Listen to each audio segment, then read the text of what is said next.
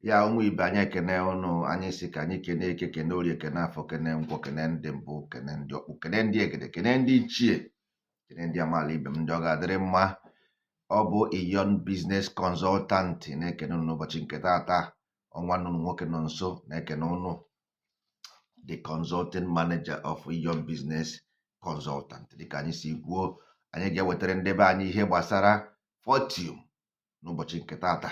As we said, ụmụ ibe, dịka anyị si kwuo, ịma na ihe na-eme ndebe anyị bụ onye ọbụla na-eme na ya. Everybody is doing that he or she know. Based on observable truth, ị ga-afụ na ndebe anyị amara ihe ha na-eme. Ọ bụrụ na ha ma ihe ha na-eme, there is no how your land, your homeland will be a place ị ga-eme gaba iwere security men. Onye adịghị comfortable n'ala nna ya amara ihe ọ na-eme. Onye adịghị comfortable n'ala nna ya amara ihe ọ na-eme. If your land is not secure and enwere ihe ị na-eme to improve security in your land, o gosiri na ewere mmadụ. Because number one, tourism generate fund.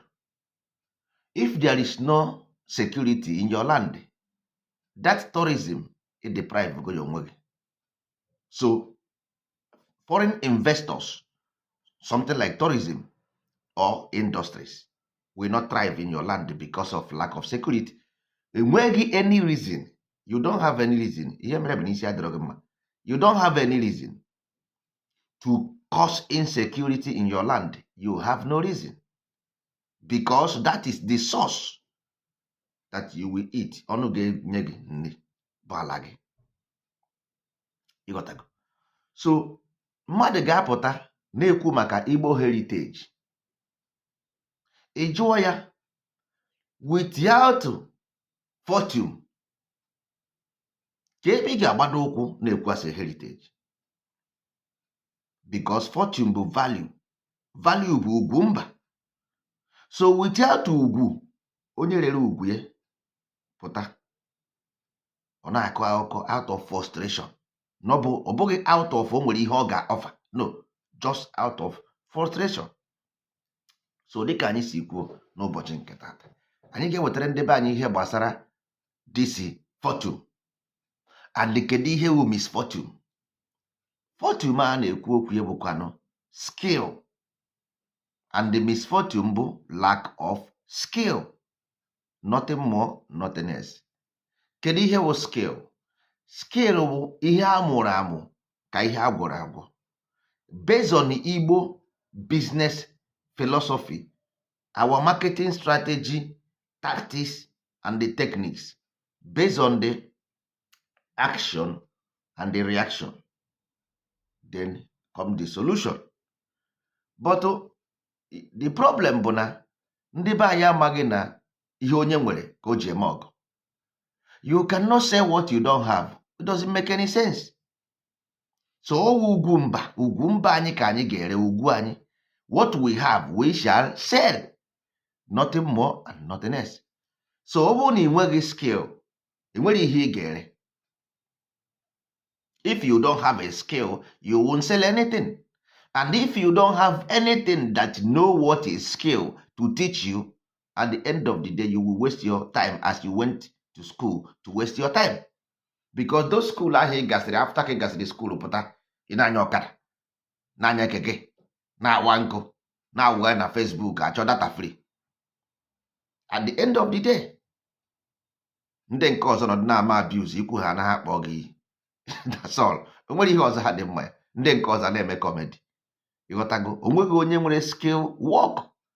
No skill work. O nweghị obodo, there is no a place on this earth that will survive based on Igbo of today. You will not survive.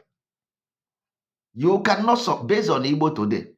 Ị nweghị ike survive because nature abhors a vacuum. You are just busy chasing rat. You are busy chasing rat. You want to frustrated upon ụzọ. A frustrated somebody cannot offer anything. Anybody that lost hope cannot offer hope. if you lost hope, you cannot offer hope. Onye nwere hope na-enye hope. If you have hope, you give hope. If you don't have hope, you don't give hope. That is what you see today. We are telling our people that it's business that will rescue you, free you from bondage. If you want to do anything, it's about business. Onye ọbụla na-amaghị about business enwere ihe ọ ga-offer gị.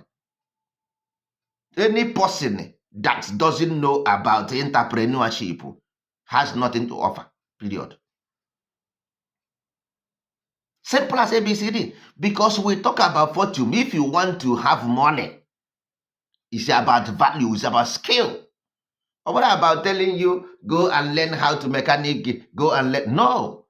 You need a structure because mechanic also need a competitive market. He must compete in the market. You must have a management skill, communication skill, business solving skill, not just to opening a mechanic, opening a car wash or whatever. At the end of the day, all those things will close down. It's as simple as that. At the end of the day, all those things will close because mother anaghị eme ihe ọ na-amaghị. Euro Chinese, they are thriving in business world. Europeans are thriving in business world. Indians are thriving in business world. Arabs are thriving in business world. Sọsọ ndị isi ojii. Onye mepewa mba na Facebook ọ na-aba mba.